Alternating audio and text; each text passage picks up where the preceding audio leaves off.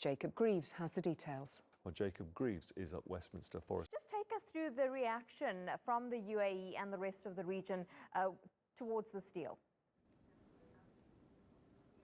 Sure, well, we've had Iran calling the deal dangerous and illegitimate, according to state news citing the country's foreign ministry.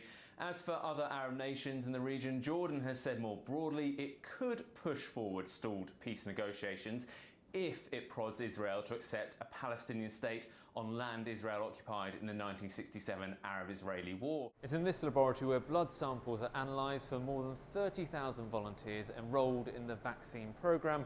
What they're looking for in particular are any signs of antibodies to the virus. According to the latest government figures, Dubai's hospitality sector declined 14.8% in the first quarter compared to the same period last year. And the second quarter isn't expected to be much better given the coronavirus restrictions that were in place. The question for major tourist attractions like this is how much they can make up for that with the rest of 2020. Part of efforts to contain the spread of coronavirus, with the cramped living conditions becoming a growing concern for possible transmission.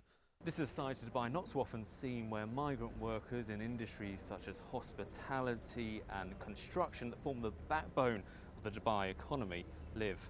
Food waste in the UAE is a big problem, costing an estimated $3.5 billion per year, according to the Ministry for Climate Change and Environment. The government's trying to halve that by 2030.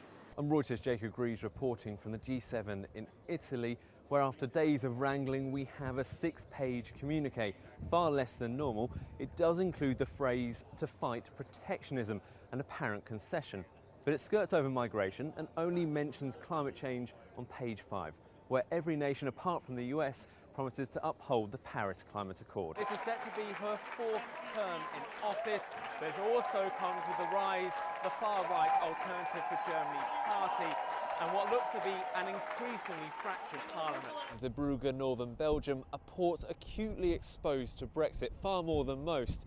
In fact, 45% of the trade done here is with the UK. The rise of digital campaigning is a new political reality facing developed democracies, and in many senses it was brought to the fore here in the UK, a petri dish for new techniques during Britain's EU referendum. I'm Reuters' Jacob Greaves in Westminster, where in a series of reports we've been looking at the challenges bearing down on an international symbol of democracy. UKIP leader Nigel Farage started the evening by conceding defeat.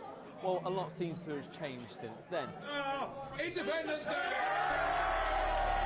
Was that a victory speech?